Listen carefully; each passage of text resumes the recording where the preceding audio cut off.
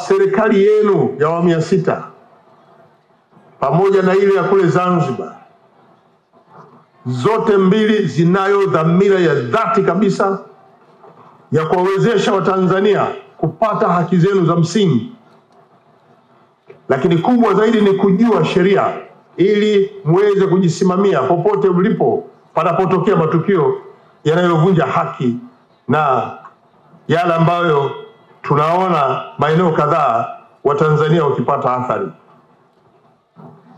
Kampeni hii ina kauli mbiu yake, na kauli mbiu inasema msaada wa kisheria kwa haki, usawa, amani na maendeleo. Kauli mbiu hii inaeleza dhamira ya Mheshimiwa Rais ya kuhakikisha kwamba kila Mtanzania anapata haki kwa wakati, tena bila ubaguzi wowote. Lengo hapa ni kujenga jamii yenye mshikamano na utawala bora na uelewa wa sheria na usimamizi wa sheria. Tunatamani kuona baada ya siku hizi 10 kila mmoja atakuwa mlinzi na msimamizi wa sheria pale ambapo panavunjwa sheria, lakini kila mmoja akitekeleza yale ambayo sheria inahitaji yatekelezwe. Na matumaini yetu ni kwamba kwa wananchi wa mkoa wa Dar es Salaam mtajitokeza kwa wingi kupata huduma hizi katika siku hizi 10, ili angalau katika siku 10 tuwe tumeshawafikia angalau kwa zaidi ya 75% ya wote, na huduma hii inatolewa bila gharama yoyote. Kwa hiyo usije kaenda mahali ukadaiwa fedha, na itumie nafasi hii kupata huduma hii bila gharama, ili baada ya hapa utakutana na watu wanafanya shughuli hii kama ujasiriamali wao, na inaruhusiwa, lakini hii ndio fursa yako ya kuweza kupata fursa ya kupata huduma hii bure. Na tathmini toka tumeanza mpaka tumefika leo, sehemu kubwa ya malalamiko ni ukatili, ni matendo ya ukatili yanayofanyika kwenye jamii zetu, wengine kwa kujua, wengine kwa kutojua. Haya ni matendo ya ukatili, ni yale ambayo yanafika yanamchosha mtendewa na anahitaji kupata ufumbuzi. Na haya yako mengi, na mimi nataka niwadokeze machache tu, niwaambie kuwa haya ndio ukatili wa kijinsia. Ukiona popote yanatokea, chukua hatua. Na nyie pia mjue kama jambo hili likukuta, hii ni fursa yako. Kuna ukatili ambao tumeupiga vita siku zote, ukatili wa kingono. Hiki ni kitendo cha kumdhalilisha mtu kushiriki na kumlazimisha mtu kushiriki shughuli zozote za kingono bila ya kuridhia. Kwenye matendo haya ni pamoja na ubakaji, ulawiti, kubusu. Unambusu mtu ukiwa hataki, unamvamia tu na mbusu. Hiyo ni ukatili wa kingono.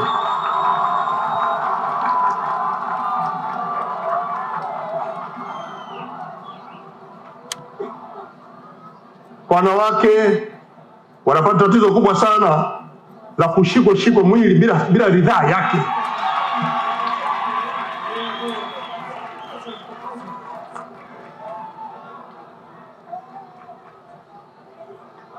Lakini wengine,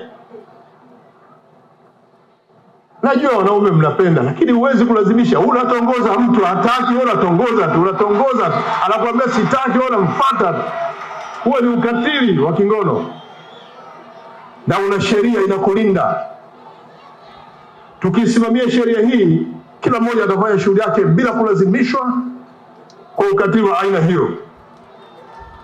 Siku 10 kuanzia leo, wataalamu wa sheria wa Mama Samia ambao wamelipiwa kila kitu na Mama Samia watatoa huduma za msaada bure katika mkoa wa Dar es Salaam, katika halmashauri zote za mkoa wa Dar es Salaam, katika wilaya zote za mkoa wa Dar es Salaam, katika kata zote za mkoa wa Dar es Salaam. Hivyo wananchi, una sababu ya kwenda mbali. Katika kata yako kutakuwa na wataalamu ambao kuanzia kesho watakuwa nawe kuhakikisha kwamba wanakupa msaada wa kisheria ili nawe uweze kupata haki yako, kupata uelewa na kuondoa upotofu ambao umekuwepo katika jamii.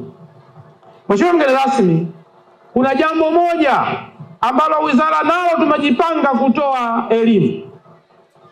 Kuna watu kwa maksudi kabisa wamekuja na maneno ya Kiingereza, wanasema no reform no election, na wanaongea Kiingereza wakitaka Watanzania wengi wasiweze kuwaelewa.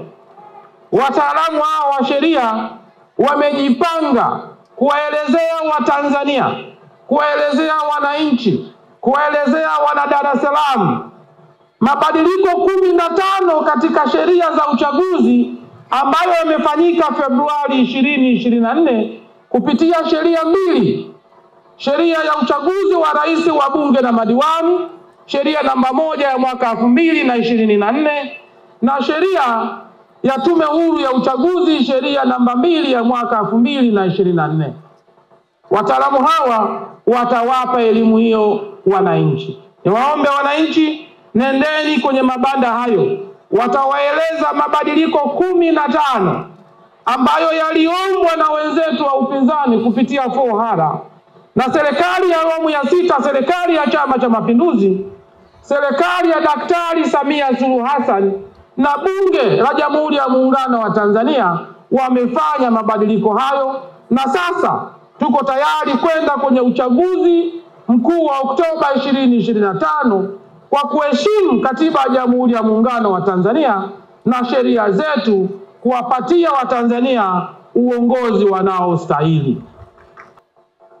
Mheshimiwa Waziri Mkuu, naomba Watanzania wajue kwamba siasa ni perception. Siasa ni mtu anajenga jambo, lakini hakuna serikali hata siku moja inayotamani watu wake wapotee wala watu wake wafe.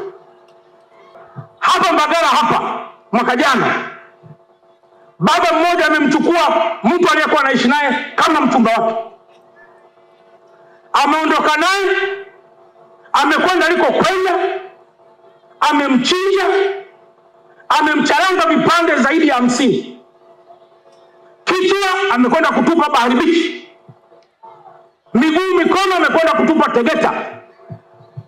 Siku ya kwanza wanaharakati hawa wakasema jeshi la polisi na serikali wamemteka mtu,